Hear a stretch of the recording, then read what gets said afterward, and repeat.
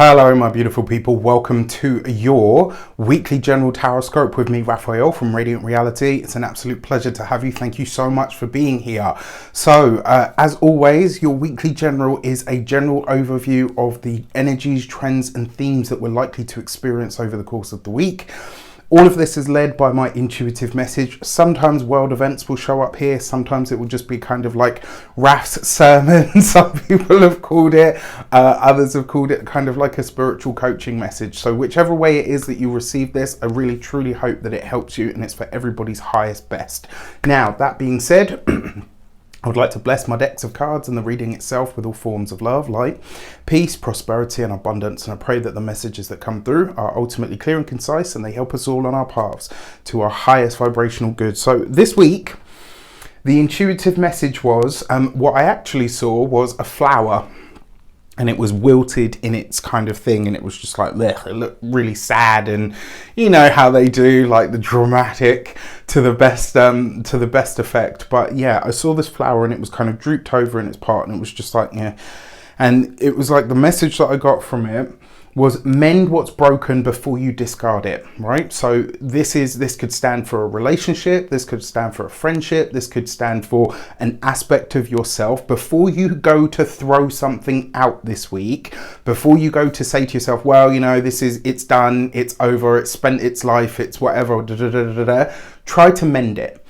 When we love a part of ourselves back to life, when we try to bring old aspects of self that we, you know, sometimes you have those moments where you look in the mirror and you're like, I used to be so this, or I used to be so that, right? This is about bringing those things back to the fore. This is about coming back with something new in order to fix whatever is. Now, in terms of like a relationship, a friendship, a partnership, whatever it might be, can you do the work to truly say now, I've done what, like at this moment in time, can you genuinely say I've done everything that I can to fix this and so therefore it is time to release it? This isn't about staying, I'm not telling anyone to stay in a bad situation or anything like that. If you're in a shitty situation and things are bad, you get out, right? And if you're in a situation where you felt like you can't speak or you can't sort of verbalize what's going on for you, sing like a canary, right? All of that stuff out of the way. Can you genuinely say that you have given it your best shot? Mend what's broken before you discard it. Can you imagine if, like, even if you're about to split up with someone, if you do the healing between the two of you and you mend that, they then don't go on to take that brokenness into another relationship, neither do you. And also when you look back on it, you can genuinely say, not only did I close that chapter right, but I released it in the right way so that none of whatever it was can follow me now. So before you discard, like mend what's broken before you discard it, so that if it does still come to an end, partnership, friendship, item, clothing, whatever it is, at least you can say, you know what, I gave it the absolute best that I could and I did everything that was possible in my power. That's not to say that it's anybody's job to fix anybody else, by the way, before anyone starts getting in the comments at me. All right, I see you. All right, for your destiny card, let's have a look what the Human Design Oracle deck has to share with us. And it's a good one. Check this out. Right, we've got the Gate 58 and Joy. And this is, right, what is joy? Joy is the fullest expression of who you are without censorship or editing. All right, joy is the fullest expression of everything that you are without censoring or editing. Anything in your life that is not allowing you to fully express all that you are doesn't have a place for you anymore, right? How are you all feeling after that eclipse? I personally loved it. Like, the event itself was beautiful. Luna was high in the sky. She was clear. The night, for once in like literally ever, was actually clear, so you could actually see the moon. Isn't it always the way, right? When you know there's going to be this amazing celestial event, for some reason it's cloudy. Right?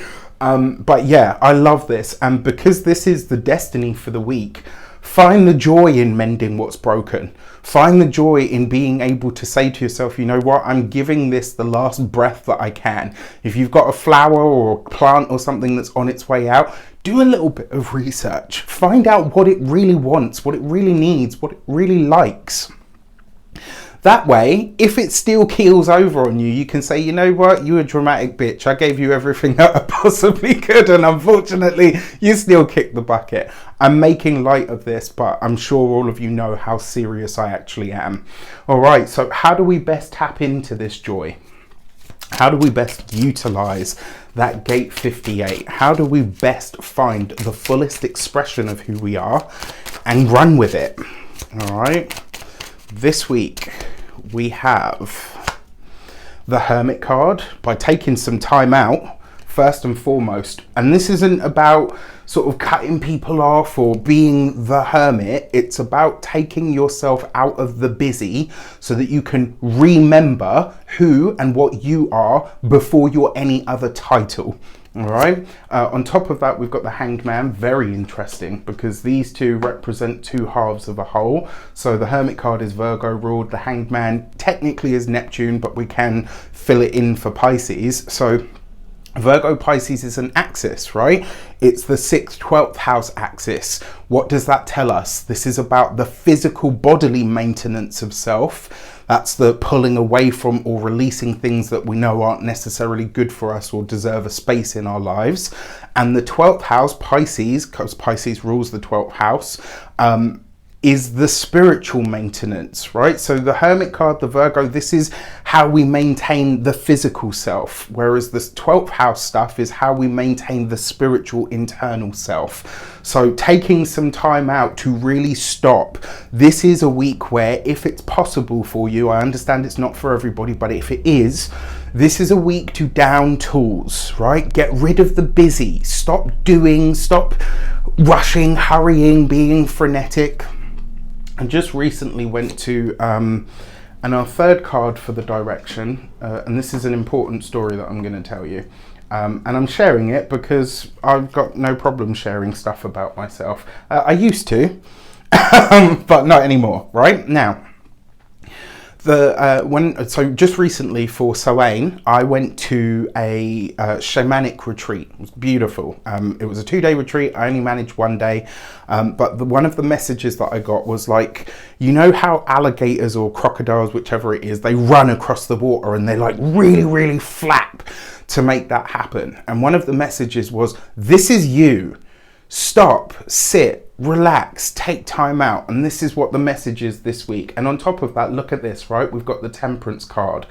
So what I'm going to do here, if you've been with me long enough, you know this is a thing that I do a lot. I created a tarot spread called the Temperance Run. And so what I do is, when the Temperance card shows up with just 2 other cards, I put the Temperance card in the middle. And I look at what because temperance is about balance, it's about alignment, it's about bringing things into connection and harmony. Yeah, you know it. I just got another ping. On top of that, we've got on one side, we've got that Hermit card energy. On the other side of we've got the Hanged Man. Now, while both of these cards are about slow, patient, diligent stasis in some way, shape or form, right? So the Hermit card sees us removing or withdrawing from the world, and the Hanged Man card sees us going within. It's about surrender. It's about letting go to what is currently the situation and not fighting against it. It's about just allowing things to be. That's just one part of this.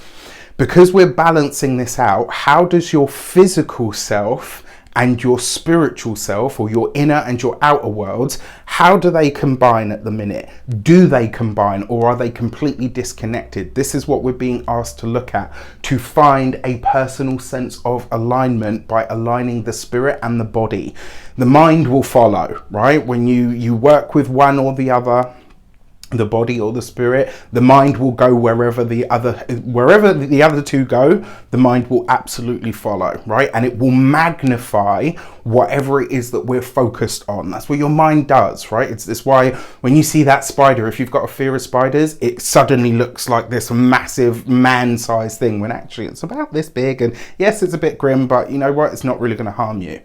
Your mind has a tendency to amplify everything, all right? This is something that I worked with for a long time because it used to really get the better of me as a young person. Now, that's how we best utilize this, right? By taking time out to remember who you actually are, you can go on to express yourself in the fullness of who you are. And that is what's going to bring you true joy this week. For our insight cards, what's going on behind the scenes round the corner that we may not see. It's interesting that those are all three major arcanas as well. I wouldn't be surprised if an elder of a community is in the news this week, a spiritual elder at that. I wouldn't be surprised if we saw something coming out about a spiritual leader or guru of some kind. I wouldn't be surprised if we saw the fall of a spiritual leader or guru in some way, shape or form either. So for our first insight card that's just jumped out to escape, right, is the Justice card. Of course it is. Right, and so that what this tells me is there is going to be a settling of scores here. We've got a double hit of equalizing or equilibrating, that's not a word, but I'm making it one now, energy. We've got the Justice card and we've got the Temperance card. We also have the Nine of Swords. Someone's being released here, or somebody's being imprisoned. It will be one or the other, and we've got the Six of Cups. So one way that this could literally show up on the wider world stage, I think that this is somebody is, and it will probably happen in tandem. One person's going to be released from something that has held them captive. The other one will be literally either a prominent figure may very well have a fall from grace and will probably end up going to prison. Just that. Now, on a more personal level, this is about being free or being freed from something that has held you captive since you were a child. Whatever this is, whether it's a memory, whether it's a thought process, whether it's a religion, whatever it might be, this week you are going to feel a moment of pure freedom and liberation. And when you do, it's going to feel like something has snapped. It's like, you know, when you have those moments, I don't know if anyone else has had one, but I know I've had many in my life, where something inside you from, you know, a hurt or a wound or whatever, it's healed. Maybe the memory will never go away, but you can feel that something has shifted inside you, and it kind of just goes, and there's that instant feeling of, that's how I feel when I do energy work. Now, the interesting thing is, while I was looking into my intuition, the first thing that I actually saw, I don't know if any of you have seen this film. It's a film from like the late 80s, the very like the right at the turn into the 90s. It was called The Dark Crystal.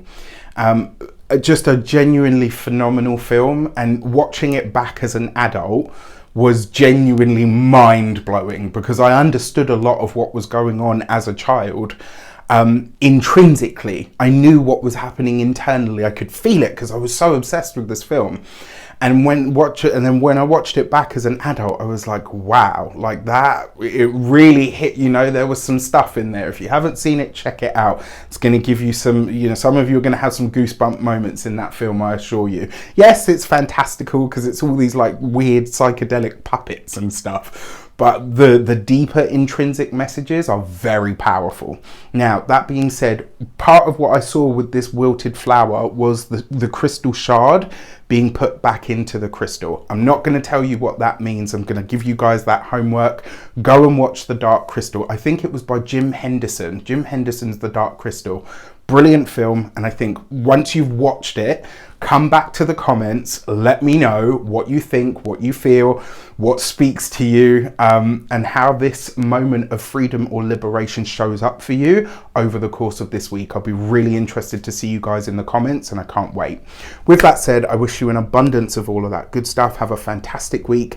Let me know in the comments how it shapes up. Take care, and I'll see you soon.